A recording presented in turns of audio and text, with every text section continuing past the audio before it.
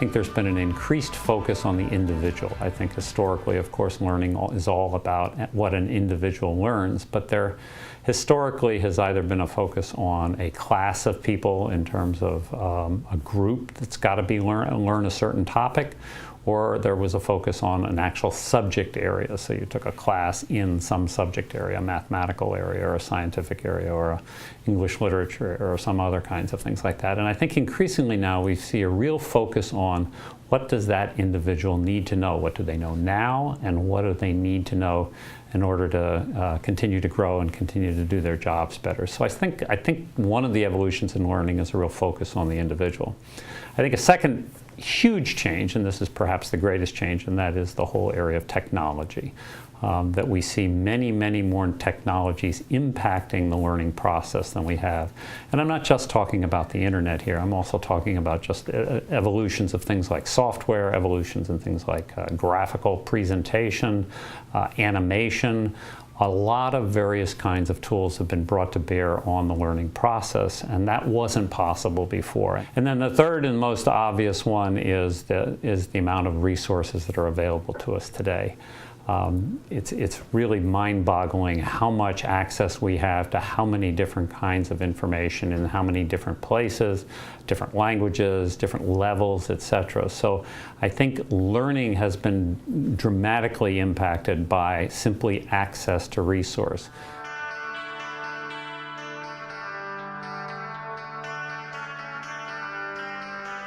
We also see that there's an interesting phenomenon going on right now, and it's often attributed to the Khan Academy, which many of you are already familiar with, and that's this notion of flipping the learning process. You know, historically, the classic education model has been that information is imparted to students in a classroom, and then they go home and they practice that information and they try it out, and we used to call that homework.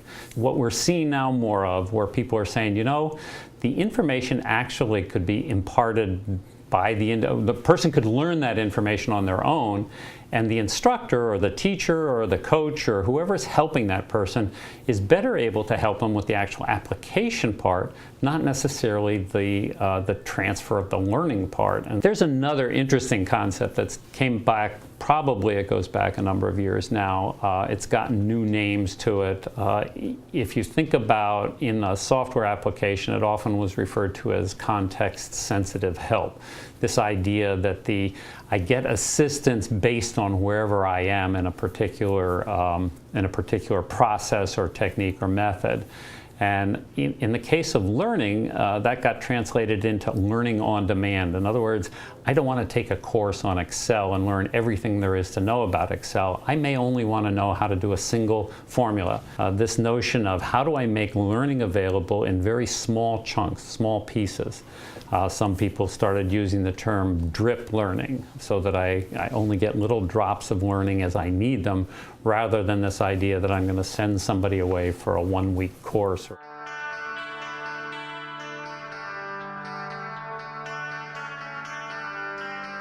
Historically, we've kind of been processed into saying I have a bachelor's degree, or I have an undergraduate degree, or I've been through some training program. And the idea was that we built up these degrees, and once we had those degrees, we were supposedly learned people. And I think increasingly we're seeing this notion of, I really don't have either the time or the money for a full-fledged traditional degree program, but I really am interested in is a credential.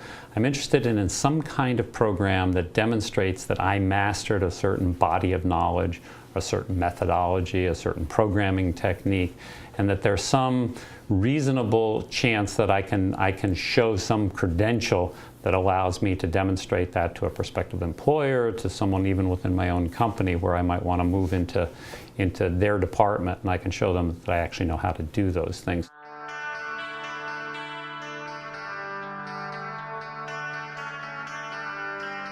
So this idea of distance learning, I think, is going to literally disappear, because it probably doesn't have a big place in the question of learning. And so in the same way that we used to talk about video-based learning, or now we talk about e-learning, I think we we actually are going to see more and more people just focusing on learning, and distant learning is going to just sort of be a term from the past.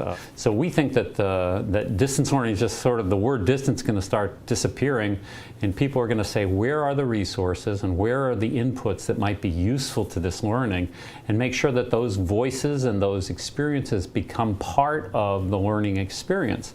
And so the notion of distance will, I think, begin to drop away. So when you say where does it fit in, it'll be kind of integral to everything we do, but we won't even notice it as we go forward.